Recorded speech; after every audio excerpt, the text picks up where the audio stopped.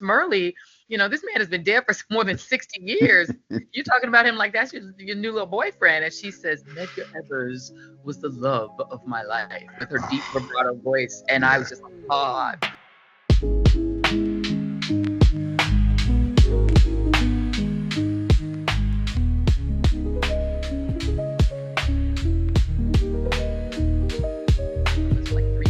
Trump book, but I didn't want to write about Trump.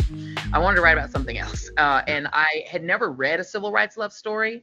And I always had seen the stories of civil rights leaders as the stories of the men. And if you even knew who their wives were, it's like, about Coretta, but they don't really tell the story of Coretta and Dr. King together. They tell them separately because normally you're talking about the widow after the man is gone.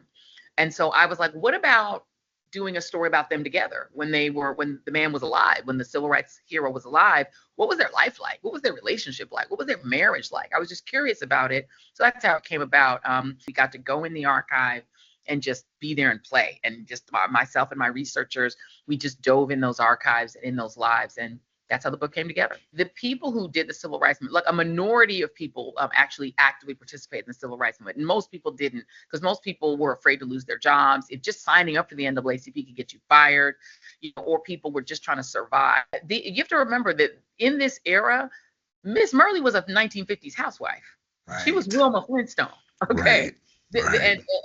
And so that's what y'all have to remember. These women, Miss Myrlie, Miss Coretta, they were 1950s housewives. Right. And so think about that now.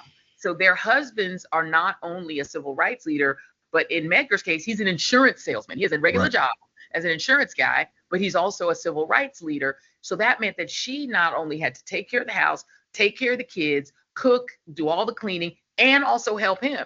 And in Miss Myrlie's case, she was his actual secretary. So when he started off as a field secretary for the NAACP, his secretary was Myrlie. So not only is she doing all the housework, she's typing up all the memos as well. When we moved to the city, she's like, thank God. She's like, wait, now I got to do even more.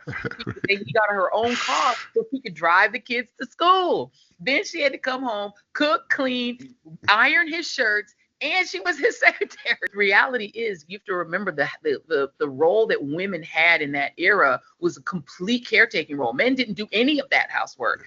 So you're talking about these civil rights leaders, King, Malcolm, Meg, they couldn't have done it without their wives. I think that people should be able to relate to the fact that you don't have to be some extraordinary kind of person from a specific kind of family, from a special background with a special education. No, you just have to have the courage of your convictions.